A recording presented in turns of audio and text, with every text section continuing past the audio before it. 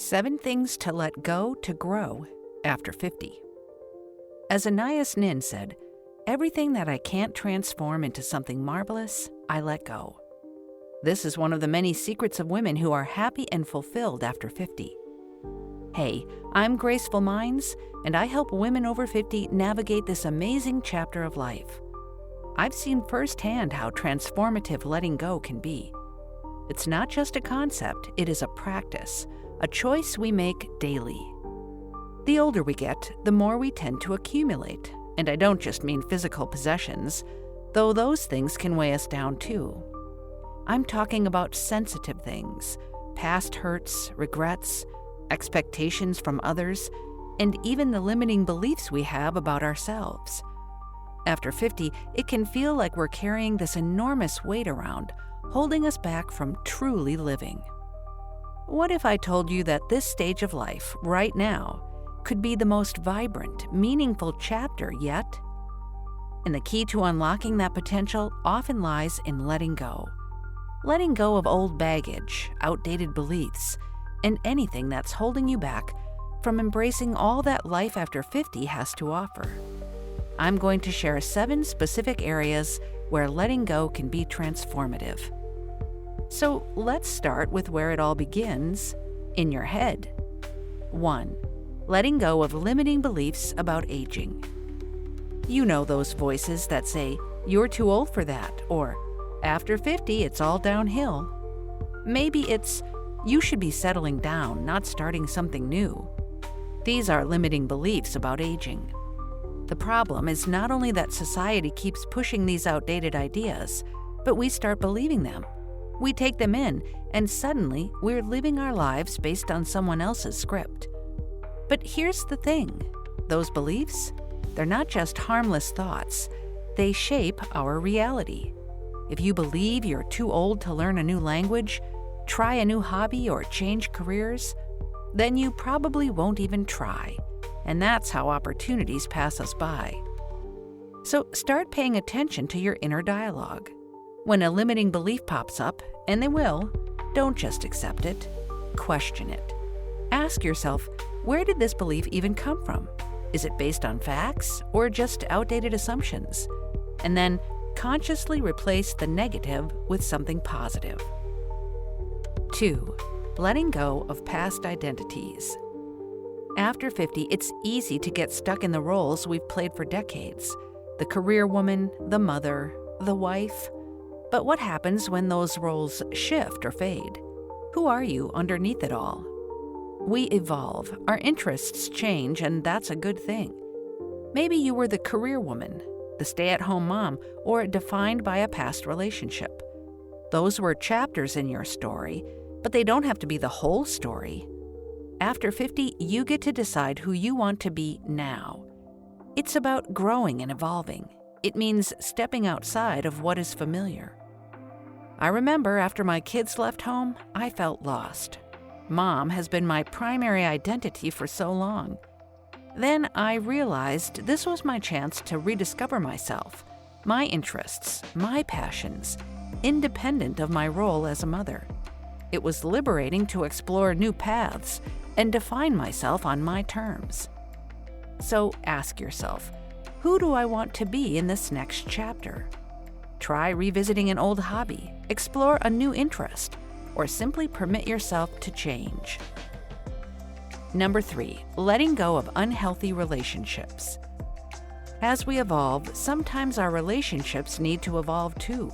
Or, let's face it, sometimes they need to end. It is okay to outgrow relationships. Holding on to connections that drain you, bring you down, or just don't align with who you are anymore can hold you back from becoming your best self. If you haven't already, we have to prioritize relationships that uplift us, that make us feel good, supported, and understood. Examples of a relationship that we need to let go of could be a friendship that's become one-sided, a family member who's always critical, or a romantic relationship that's lost its spark. I had a friendship like that once, years of history, but our interactions started leaving me feeling depleted and negative.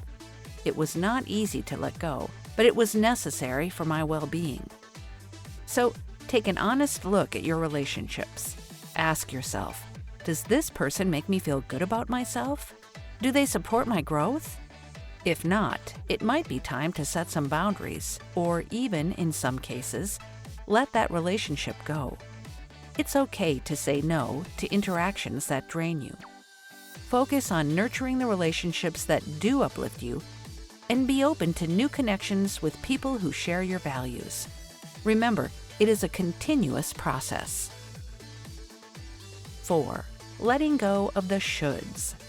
By 50, we've often internalized a whole lot of expectations from society, from family, even from ourselves, about what a woman over 50 should be doing, wearing, thinking, and feeling.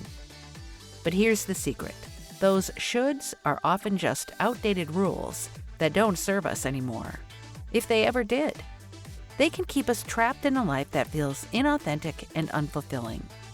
Letting go of the shoulds means permitting yourself to make choices based on your values, your desires, and your definition of happiness. So how do you do it? Start listening to yourself. What do you want deep down? What brings you joy?